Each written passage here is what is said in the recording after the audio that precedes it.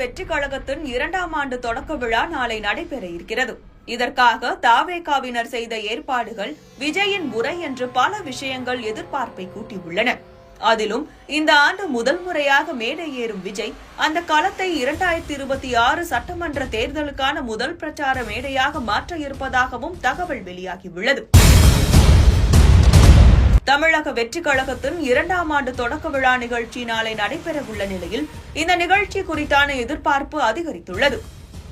மாமல்லபுரத்தில் இருக்கும் பிரபல நட்சத்திர விடுதியில் நடைபெறும் இந்த விழா காலை 10 மணி முதல் 1 மணி வரை நடைபெற இருக்கிறது. இருப்பினும் நிகழ்ச்சியில் பங்கேற்க உள்ள கட்சி நிர்வாகிகள் அனைவரும் 8 மணிக்கு முன்பாகவே அரங்கத்திற்கு வர அறிவுறுத்தல் வழங்கப்பட்டுள்ளது. கட்சி சார்பில் பாஸ் வழங்கப்பட்ட நபர்கள் மட்டுமே உள்ளே அனுமதிக்கப்படுவார்கள் என கட்சி சார்பில் தெளிவுபடுத்தப்பட்டுள்ளது.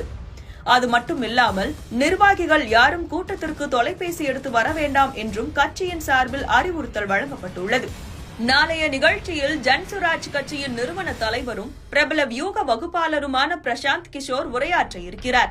நிகழ்ச்சியின் தலைமை உரையை தமிழக வெற்றி கழகத்தின் தலைவர் விஜய் ஆற்ற இருக்கிறார்.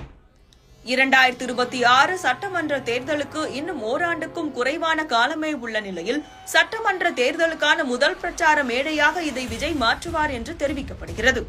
கட்சியின் உட்கட்டமைப்பு நிர்வாகிகள் நியமனம் 90% முடிவடைந்துள்ள நிலையில் கட்சியின் அடுத்த கட்ட பணிகள் குறித்தும் மக்களை நோக்கிய பயணம் குறித்தும் அவர் பேசுவார் என கூறப்படுகிறது.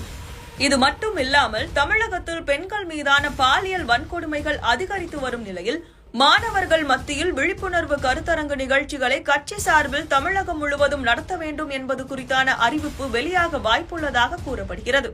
இது மட்டுமில்லாமல் 3 மொழி கொள்கை மற்றும் தமிழகத்தில் நடைபெற்று வரும் சட்ட ஒழுங்கு பிரச்சினை மற்றும் அரசியல் சூழல் குறித்தும் அவர் பேசுவார் என கூறப்படுகிறது.